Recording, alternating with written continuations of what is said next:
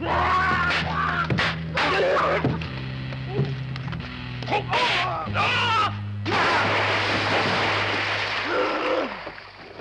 れよく見よ。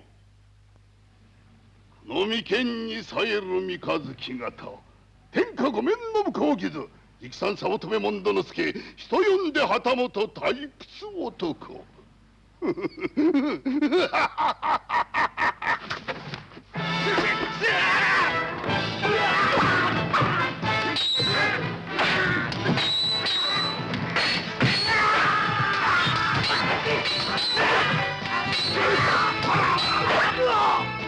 の堀を勢が崩し。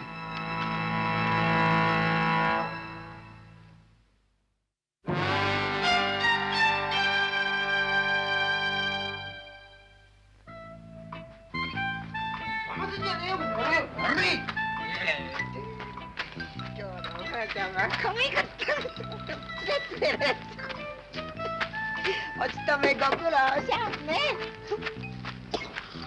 飲みすぎたな。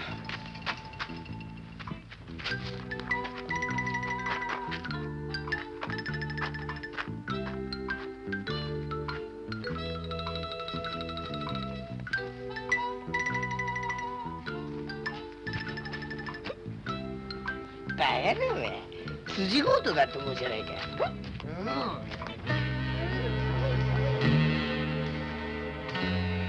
おい、お前そこらで寝てると風邪ひくぞ。あ、わし、旦那、しっかりしなさい、旦那。あいつらだな。旦那、しっかりしなさい、旦那。師匠、ひでえことしやがる。やる、これだ、これだ。違うよ。しめるよ。俺じゃねえってばよ。よせ。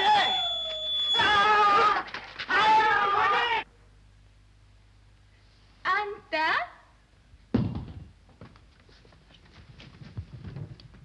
あらやだ、今まで景気のいいこと言ってたかと思うと、はあ、男としての取り柄なんて一つもありゃしない。ひと松だ、開けてくれ。あれ、なんだあんた。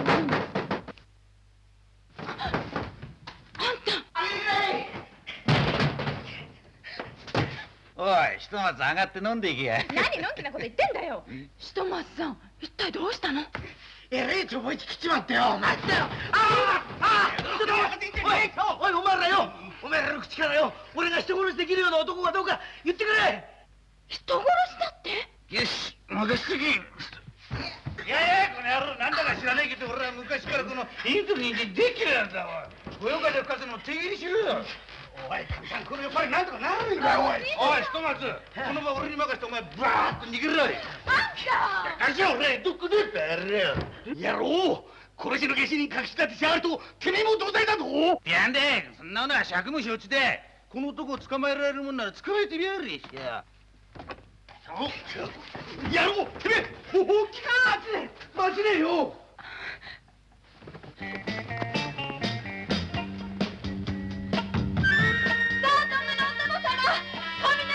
乙女です。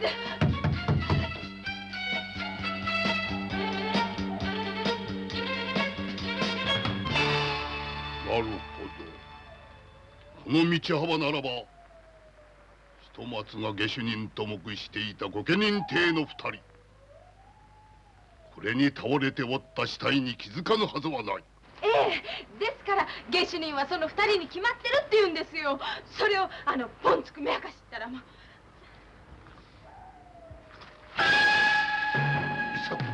わかるよ。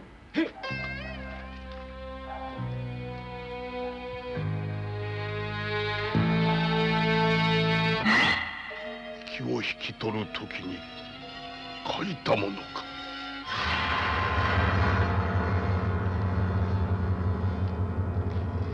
して殺害された者の身元は？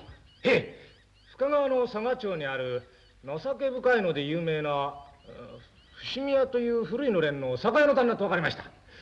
あっしが番屋行った時、ちょうど知らせを受けた伏見屋の番頭が駆けつけたところで。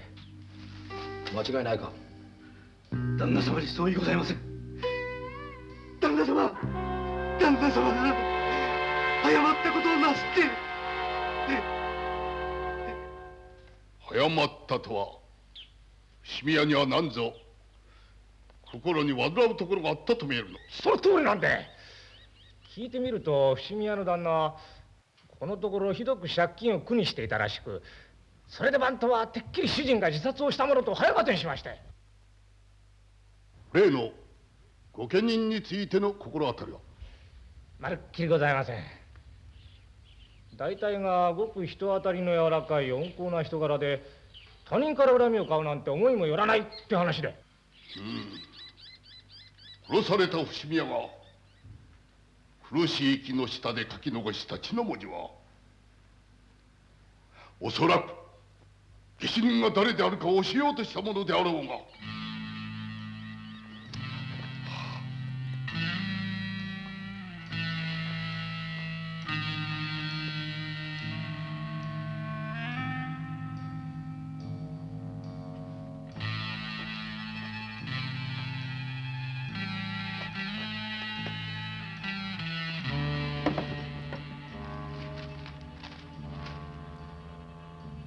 とすればこの十字の意味するものは。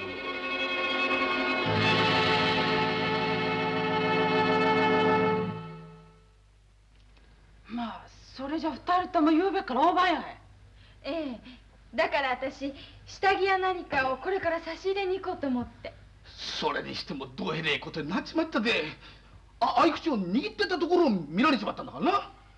もしかするとひとまずご顧問首だぜ。バカねえ、長割下水のお殿様がついてらっしゃる限り、そんなことはさせやしませんよ。あ、そうか。お殿様なら大丈夫で。だけど八八さんが、まあそう言っちゃなんだけど、ずいぶん思い切ったことやっちまったね。私嬉しくって。まあ嬉しくって？いや、気は確かなのか、お染さん。仮にもお上の手先にカミソリ振り回して歯向かったとなれや、100や200の叩きじゃ済まされねえかもしれねえんだぜ。いいのよ、たとえ江戸払いになったって。私あの人に惚れ直しちまったんだから。十手を突きつけられてもおめず臆せず、ひと松をかばい通そうとした江戸っ子の心意気。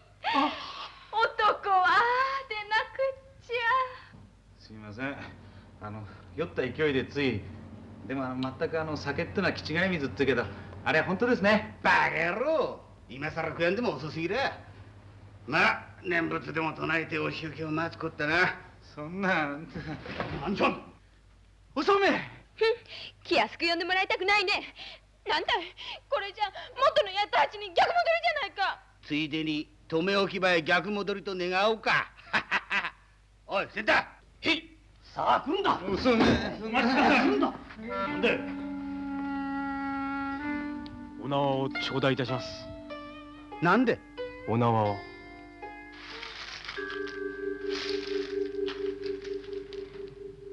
本当に神様も罪作りだね。あんたの旦那は久米吉さんとか言ったね。はい。ご弟子が達者ならさ、あんたもねもう少し楽に暮らせるっていうのに、2人子供をうちに残して何かと気がかりだろうね。ええ、でも仕方ありません。うちの人も精一杯働いてくれてんですから。聞いたかい、ぼんやり突っ立ってないで。感心して聞いてんですよ。もらうならね、こういうおかみさんもらわなくちゃ。まったくね、えれえよお袖さんは愚痴一つこぼさねえんだから。そんな暇がないだけです。稼ぐに追い抜く貧乏神で。お前さんのことだもの。そのうちに貧乏神だって息切れがするさ。それならいいんですけど。はい六文。毎度ありがとうございます。またよろしくお願いいたします。ああいいよ。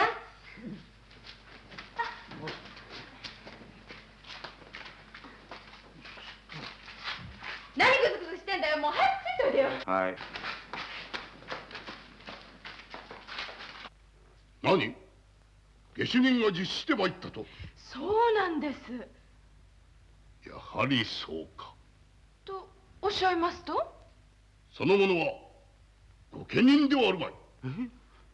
御前どうしてそれをご存知で？一夜明けて早速名乗り出るぐらいなら、御家人たるみが狂気に合い口をつかむなど小太鼓を浪する必要はなかったはず。なるほど。どうでさすが三日月の御前だ。バカ、お前さんが謝ることはないの。で名乗って出たのはどんな男だ。はい、浅草蔵前の小揚げ人足で久米吉って男なんです。なんだって？確かに久米吉って言ったんだね。冗談じゃねえ。だってお殿様、その浅利売りの亭主がですよ、御家人ならいざ知らず小揚げ人足となっちゃですね、あっしの証言がまるっきし苦し紛れのデタラメってことになります。これは後にしません。無実の罪が晴れてもその晴れ方が気に入らぬとはいかにもそちらしい理屈。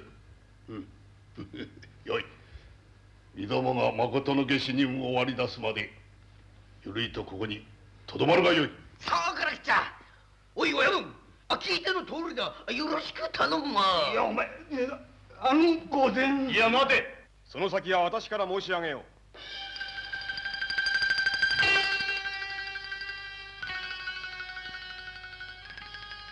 手前は南町奉行所配下の同心にて吟味方を受けたまわる稲垣大三郎と申す。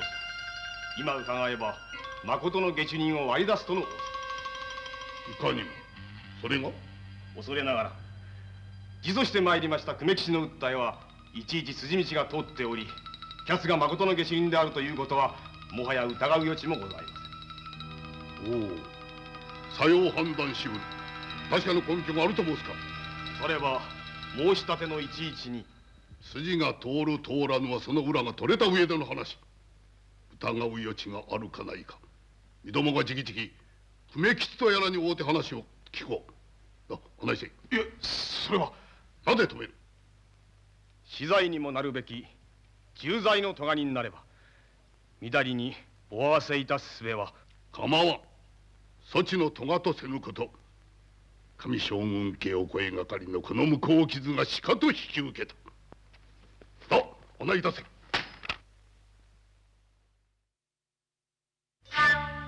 申し上げることはしっかり旦那に、他には何も。体が悪いようだな。手に職のねえものは体をいじめ抜くしか生きる道がねえんですよ。金が欲しい、そう思い詰めた結果の犯行だと自供いたしております。とはかねてより人を殺めて金を奪おうと企んでいたということか。とにかく金が欲しかった。金さえあればと昨べもそのことを考えながらあの現場に差し掛かったんです。ふと見るといずれ大店の旦那であることはその風采からすぐに分かりました。懐にはたっぷりお宝が入ってるに違いない。そう思った次の瞬間、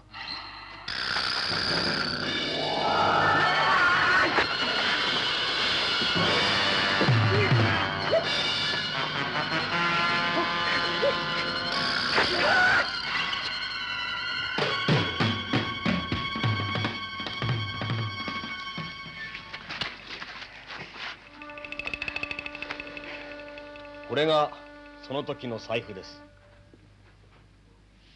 ところが財布の中身は小判が2枚と、あとは小粒がいくつか。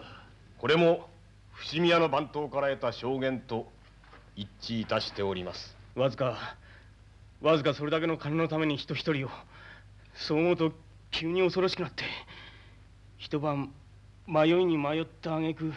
はて面妖な。何か殺害を発作的に行われたにもかかわらず、凶器の合い口は初めから懐に飲んでいたとはどういうことかな。そのこの身は何と。は、それはかような肝心要の調べをおろそかにして筋道が通っているなどとは。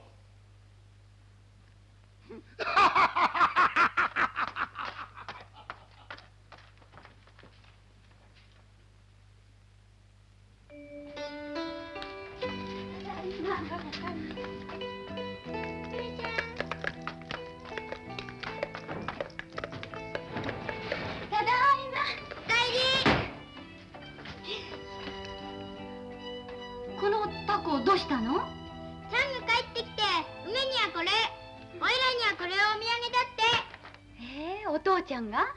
朝6番堀のお店に出かけてってまた戻ってきたの？そうだよ。ああ、その時このお土産持ってきてくれたの？母ちゃんのもあるよ。私のも？どこに？仏壇の中に入れとくって。何か知ってんの？知らない。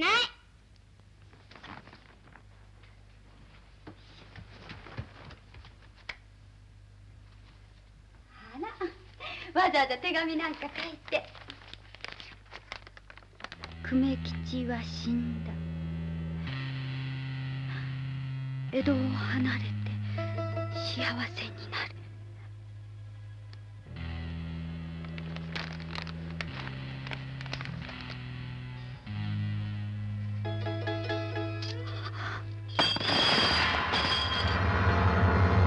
あんた、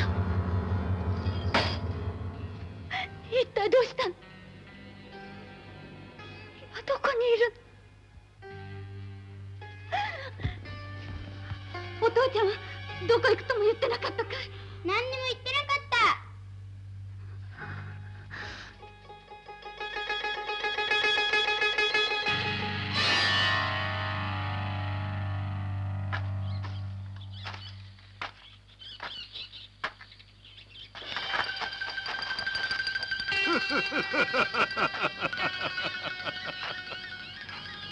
どうやらこの早乙女門殿助に何かと詮索されては都合のよろしくない連中がおると見える。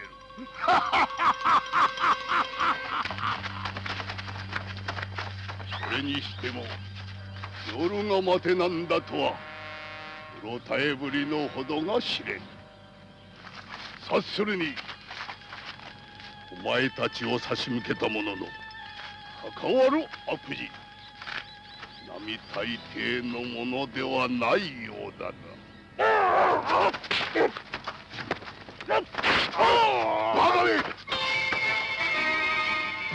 この波竜西岸崩しを何と見る！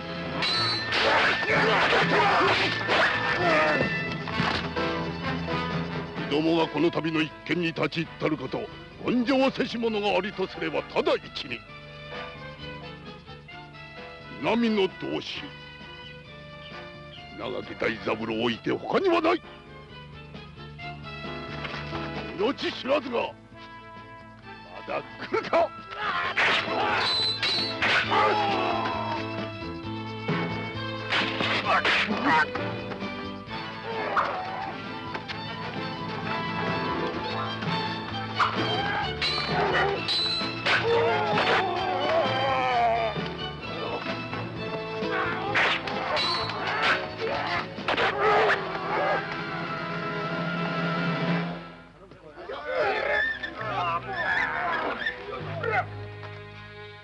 あの人が人殺しよ。そんなはずありません。わしも久米吉に限ってと思い噂を聞くとすぐ店の者をその大番屋まで走らせた。だが肝心な当人が証拠の品まで持って自首したというのでは弁護のしようもな。あれほど女房子供のことばかり案じ暮らしていた男が後に残しだったというその50両、どんな事情のあるお金か知りませんが、それが久米吉が後へ残す女房子供への気持ちなんじゃないでしょうか。いつだってお前さんは自分のことより私たちのこれがそんなお前さんの心なんだね。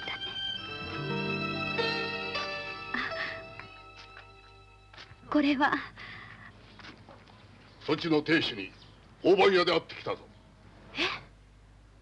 昨夜梅吉は家を開けなかったか。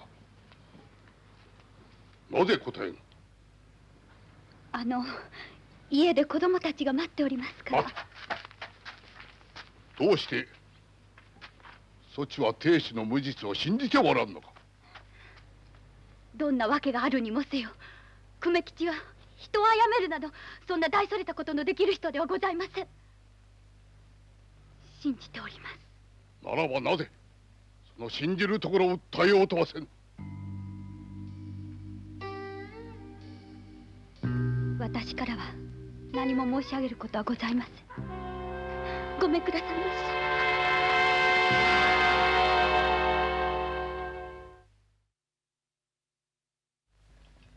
亭主を信じていると言い切ったあの女の目には確かに真実があった。まあ憎いこと。よその女のことだとそこまでお見通しのお殿様がどうしてこのお鹿の真心が分かってくださらないんですよ。お待ちどうさまです。どうも。へえ、まったくおかみさんときたら火事場のまといなんだから。火事場のまとい？へえ、振られながら熱くなる。からかうのかい？殿様、こうなったら女の意地にかけてもきっと思いを遂げてみせますからね。ああ、好きにするがよい。余計な気をつけおって。じゃあごゆっくり。さあ、お殿様どうぞ。冷たいとも見えるあの女の強さには何かがある。もっとわからないのはその女のご亭主。お金目当てに人を殺したとなっちゃ獄門は間違いないだろうにね。なんだって他人の罪をかぶろうなんて。すべては梅吉を下手人に仕立てるべく手はず通りにことを運んだと見るのが順当だが、どうやらこのからくり御家人二人の知恵ではなさそうだ。ええ、まあ万吉親分がですね、どうしてもこの一松が牢から出てもらわねえとこれになるっつうんで、まあ人助けだと思いまして出てまいりました。そうか、それでお前の面目が立ったわけだが、梅吉はどうして？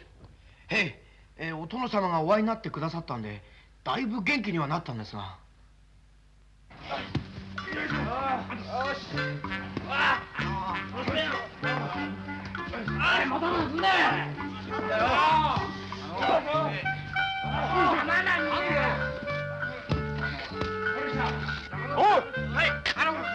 なんかわかりました？うるせえってのはわかんねえのか？それは分かってんですよ。この野郎！やろう！さあ、おとなしくやるよ！どこまで情けなくできてんだろうね。ちょっとどだられたぐらいでおっぽを巻いて戻ってくるなんて。ちょっとこっちおいで。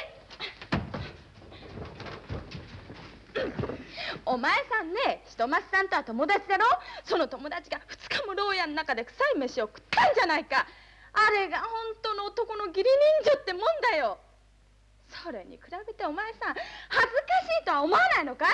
だいたいね、殿様の手足となって働くからにはもうちっと頭を使わなきゃ。手を出し、これを持って出直しといで。ありがてえ。さすが俺の女房だ。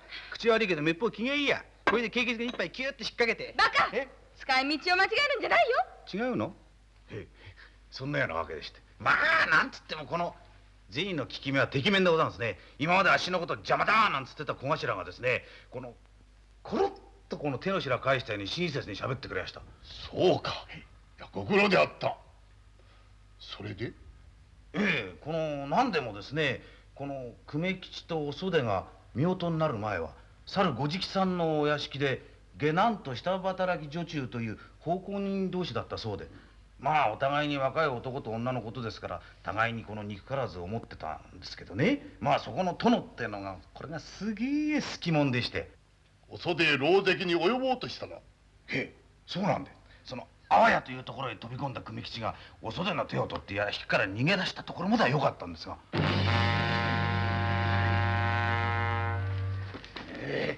おのれ、不義はご家のご法度、覚悟せい。不義？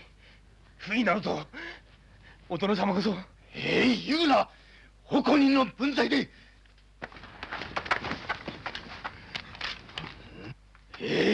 覚悟せい。いやいつもながらおにぎやかなことで、本日はまた何のお座興でございますな。この久米吉とお袖にとって救いの神となったのは長寿屋という札差しで。なるほど。札差しには弱い侍というわけだな。この命拾いした二人がどうにか所帯を持てることになったのも長寿屋の口利きで久米吉が小上げ人足という新しい働き口にありついたおかげで、とまあこういうわけでしてね。長寿屋か。長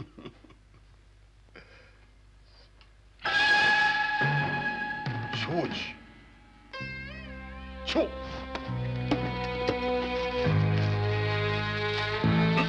これは十字と見れば十字。だが十の字としては横棒の上に出ている部分が短く、それに縦の棒尻が跳ねてある。十字であらば筆を押さえるか力を抜くべきところだ。ところが伏見屋は視力を振り絞ってこれを跳ねた。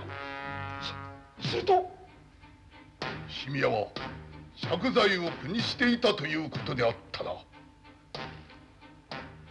一作。へい。仰せの通り伏見屋の借金は長寿屋からでした。やはりそうか。2、3年前伏見屋は親類縁者の借財を背負い、辞書も家作も手放してあと300両ばかりの不足を長寿屋から融通してもらったんだそうで。無論ただの貸し借りではあるまい。氷です。それもあっきり消えるほどべらぼうな。利息に追われて元金は減るどころか証文を書き換えるたびに増える一方、その分利息の方も跳ね上がるわけですから。あり地獄だな。まったくで。長者にとってはこの上ない利息の方と餌食になったのは伏見屋だけとも思えぬが。その通りね。あったか。他にも。骨までしゃぶられて一家離れ離れの者、夜逃げ、火の触れた者、果ては心中空国に身投げをした者。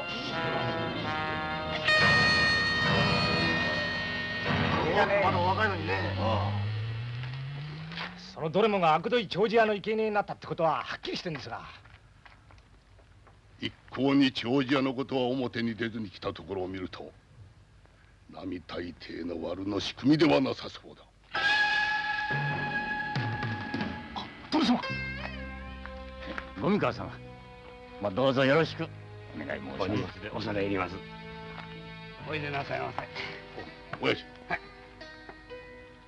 わざわざ主が送って出るとは、よほど大臣の用人か何かか。へえ、あちら様でしたらご大臣もご大臣、ご老中堀田様のご用人でございますよ。何？ご老中様でもお手元不如意の時がございましょうか。長寿屋さんはしょっちゅうお見えでございます。はい、殿様、とんだものが顔出しましたね。道中を掘った河内の神か。どうやらそのあたりが長寿屋をのさばらせている影の正体らしいが。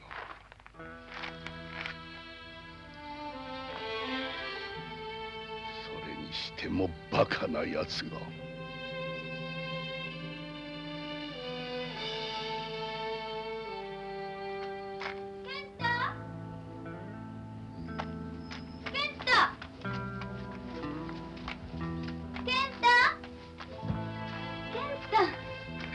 どうしたの？ちゃんは人殺しなんかじゃねえよな。帰ってくるよ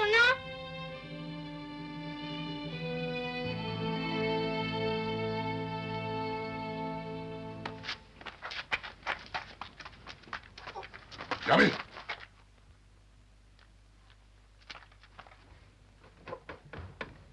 お殿様、朝売りのお袖さんがご亭主のことでぜひお殿様にと。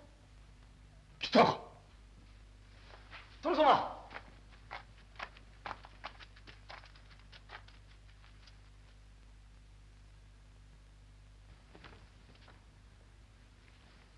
こと久米吉の志に反し、二人の子供が人殺しの子という言われもなき汚名を生涯背負うことになる。やっとそこに気づいたようだな。それでは殿様には女房子供のために金で幸せをあがのうといたしたのであろう。はい。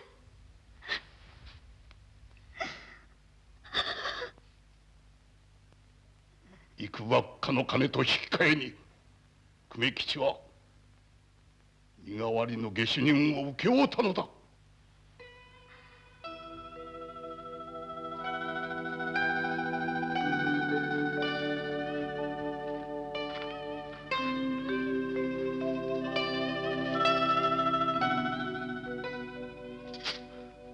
わずか50両か。病気がちの体で行く末かわいい女房子供幸せにするどころかかえって荷物になるって、それならいっそってきっとそう考えたんだね。その50両あの人がどんな思いで私や子供たちに残そうとしたか、それを考えると黙って歯を食いしばる。それがあの人の気持ちに応えることだと思っておりました。それゆえ久米吉の無実を知りながらじっと耐えようとしたのだな。でも50両の重さなどとは比べ物にならん。久米吉の重さが骨身に染みた。殿様、あの人を助けください。そで50両の出どこがわかるか。長者だ。そんなはずはございません。家族思いの久米吉に金と恩義二重の枷をかけうる者が他におると思うか。殿様、見つかりましたよ、ご注文通りの掘り出し物が。おお、そうか。何ですって、もう一度おっしゃって。今も言った通りそちにその新しい店をやってもらおうと思ってな。それじゃそのお店のおかみに私を。嬉しい。やっと私の気持ちがお殿様に。ちょっとはっちゃん、お酒の支度を。鹿の店じまいと新しい店開きの前々なんだよ。おお、待て。鹿、謝るな。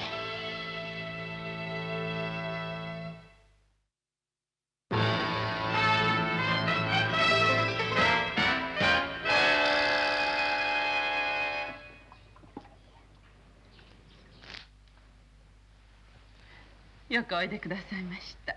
いやもう女主に変わったとは聞きましたけどね、まさかあなたこんな若くてべっぴんだとは想像もしませんでしたよ。長寿屋さんはお口でも人を殺しますのね。これはどうもなかなか手強いお得意様になりそうでございますな。では早速ですが商売の方を。どうぞよろしく。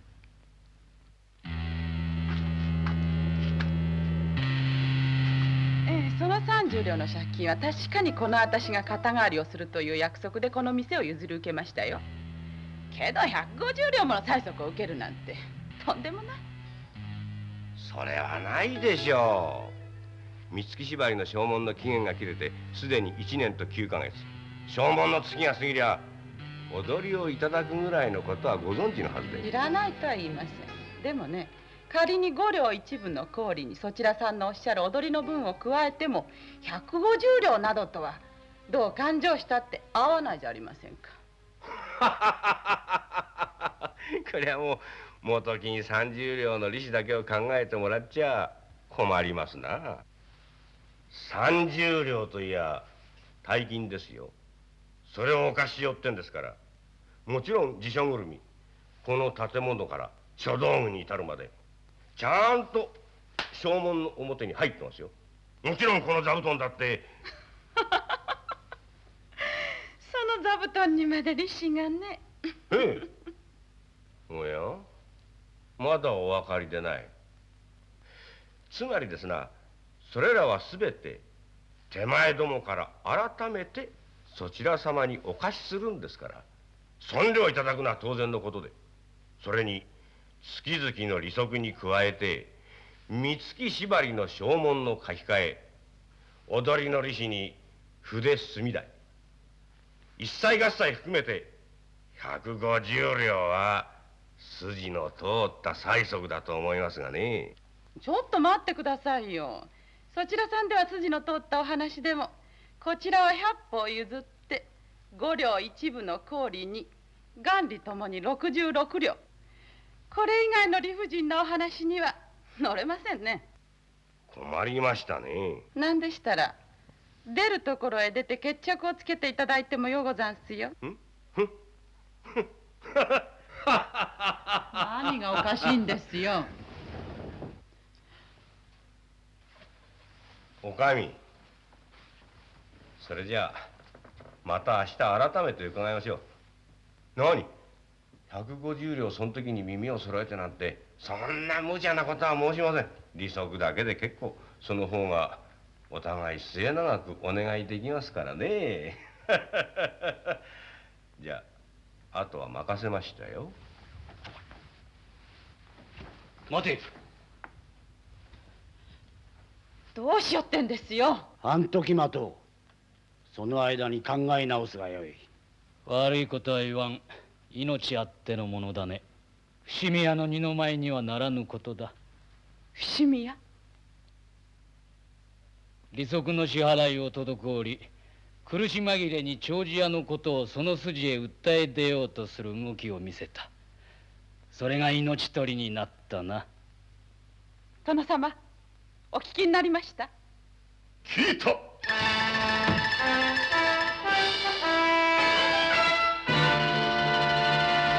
なるほど。長者としては足元を危うくする邪魔者を取り除いた上で他への見せしめにしようとしたのだな。その額の向こう傷はいかにも天下御免の三日月型直沢頭と早乙女門之助、その方どもが現れるのを待ちかねていたぞ。この二人が一松さんの見たという。そうだ。長寿屋の悪事は天下に暴くためにはなくてはならぬ生き証拠人じゃ。おのれ。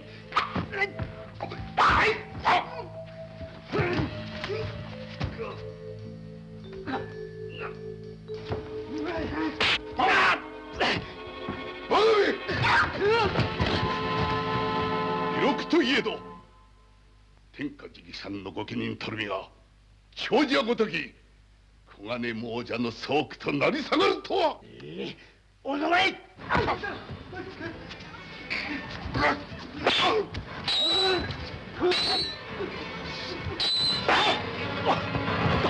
お前。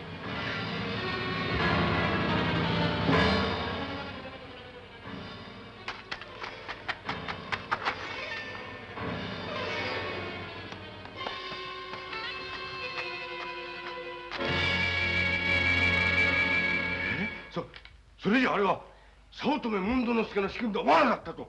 そういうことだ。旦那様。慌てることはない。こちらには押しも押されもせぬ後ろ盾がある。いや、いかに老中が後ろ盾でも今度ばかり相手が悪すぎる。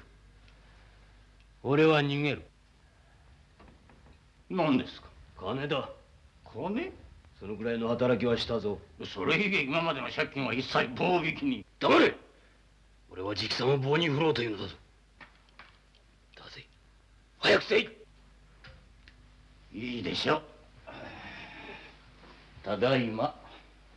早くせいというのに何をしておる。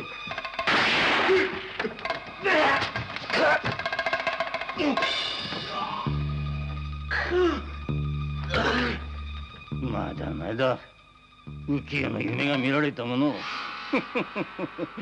欲をかいては身を滅ぼす。いかにもその通り。天に唾を吐けば己に返る。さなる悪事の始末は長寿屋、その方につけてもらうぞ。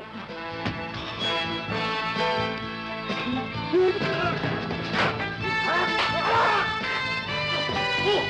家様。長寿や忠右衛門、その方札差の分際をわきまえず、近代その横暴はいよいよ目に余るという噂。何を仰せられます。よって我が殿直々にきっと究明いたすとのご定じゃ。参り。ならん。許さん。その死体の傷、早乙女殿とお見受けいたすが、これは老中堀田河内の神様のご命令。それゆえ長寿屋の身柄を渡すわけには参らんと申しておるのだ。なんと。さすが老中職ともなれば清見るには敏。袖の下に受け取りがあるわけではなし。甘い汁を吸うだけ吸ってほしんのためにこのような茶番を演じてみせる。茶番？茶番とは？長寿屋の口を封じようとの魂胆。この早乙女門之助に読めると思うか。やむをえん。斬れ！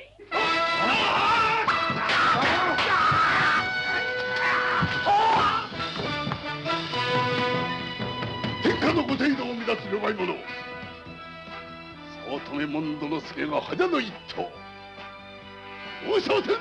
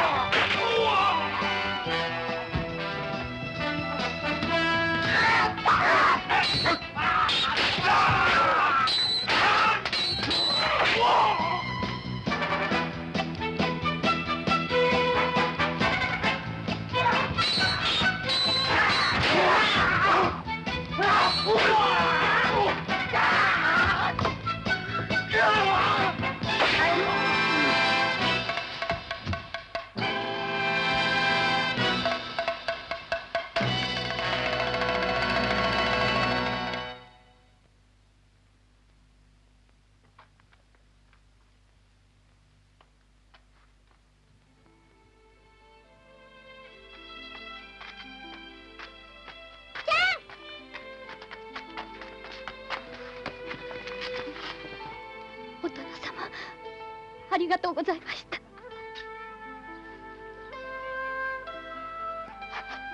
親子揃って仲良く暮らせよ。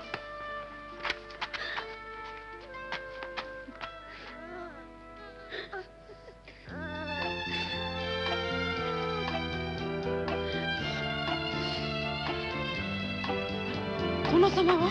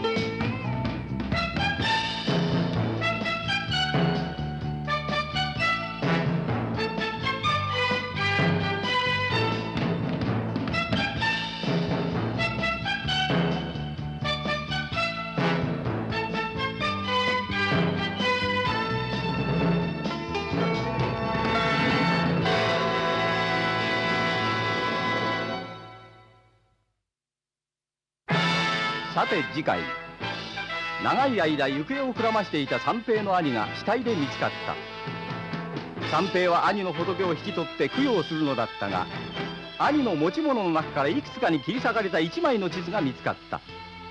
謎を秘めたこの地図は一体何を意味するのか。三平が兄の敵を探しているうちに、さまざまなところから切り裂かれた地図が一枚ずつ見つかってゆく。だが最後の一枚が見つからない。鍵となる最後の一枚、それは金座から盗み出された3万両のありかを解く最も重要な地図だった。がどうしてもその糸口がつかめない。果たして最後の一枚の行方は、そして3万両のありかは、次回血塗られた5枚の紙片にご期待ください。